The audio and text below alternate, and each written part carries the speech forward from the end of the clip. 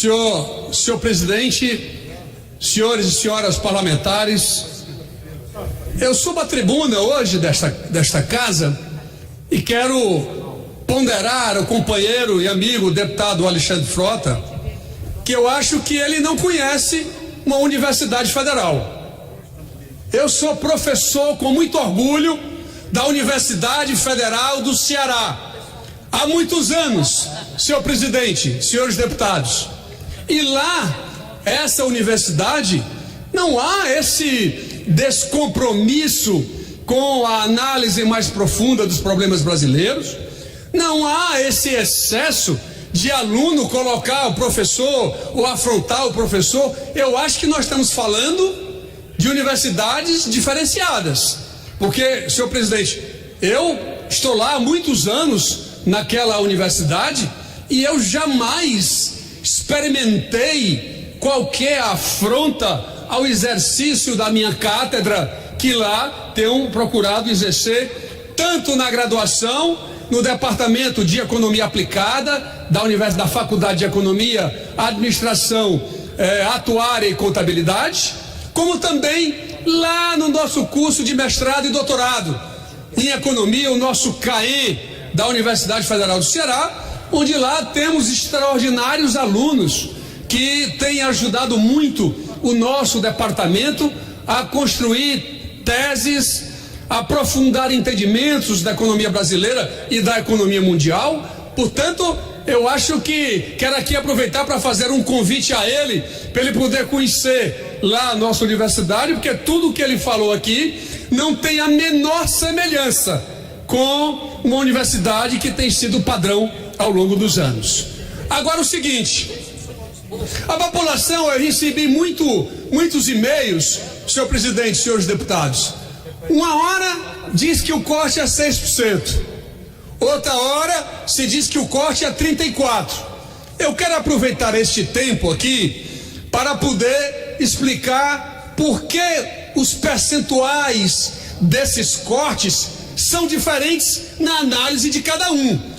População brasileira, os colegas professores, os alunos estão ponderando que a gente possa esclarecer o tamanho definitivo desse corte, o que é um absurdo independente de tamanho, que é o seguinte: a despesa orçamentária brasileira, ela tanto tem as despesas de caráter obrigatórios e as despesas de caráter discricionárias. O que é uma despesa de caráter obrigatório?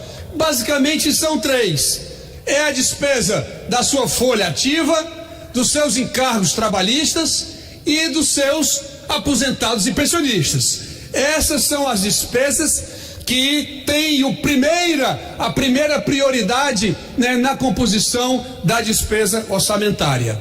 As despesas discricionárias são aquelas que em tese poderiam ser equacionadas de menor maneira nos seus valores.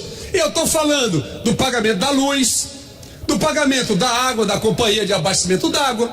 Eu estou falando também daqueles terceirizados que limpam lá as salas de aula, na universidade, tiram o lixo, colocam o lixo, enfim.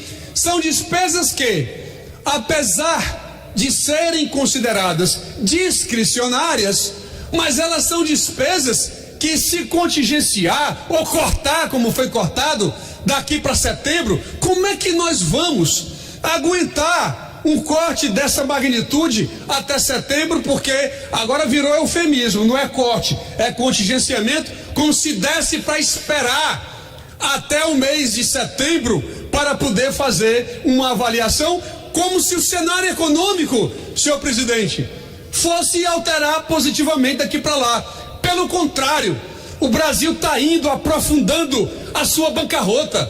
O Brasil não tem tomado nenhuma medida para corrigir os destinos. São mais de 13 milhões de desempregados no nosso país. Aliás, nós chegamos num tempo em que o brasileiro ou brasileira que trabalha sem carteira assinada ou que faz bico por aí afora, o Brasil hoje está invertido. Ele tem 35 milhões de brasileiros e brasileiras que não têm a carteira assinada conta 32. Nós temos hoje uma economia mais informal do que temos uma economia formal, despesas discricionárias. Aquelas, repito, o terceirizado, a luz, a água, os contratos, né, de manutenção que porventura existentes nas universidades, o corte foi grande sim. Jamais na história se observou 35% de corte em uma despesa discricionária. Isso não pode acontecer, até porque corte em orçamento é você exercer prioridades.